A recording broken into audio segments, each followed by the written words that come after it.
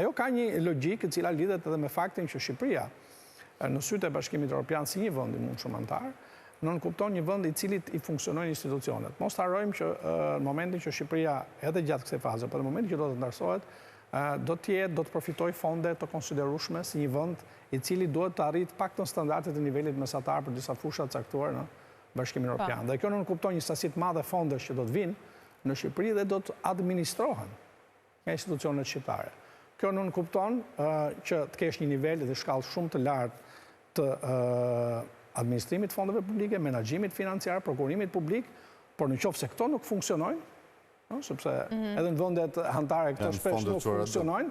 atëherë institucionet e drejtësisë duhet të jenë në gjendje të përgjigjen të gjithë problemeve që lindin nga keqpërdorimi apo abuzimi me fondet që vinë, qofshin ato publike, po qofshin ato që vinë nga Bashkimi Evropian. Ne jemi përballë një situate që nuk duket e lehtë për Shqipërinë. Këto protesta besoj që krijojnë edhe një lloj imazhi tjetër të Shqipërisë në syt e botës, po kryesisht Bashkimit Evropian. Sa do të ndikojnë dhe si mendonin qoftë edhe rolin e opozitës në këtë raport? Besoj që pjesa e protestave, është protesta si koncept, ose është pjesë atyre që quhen ilaçet e demokracisë.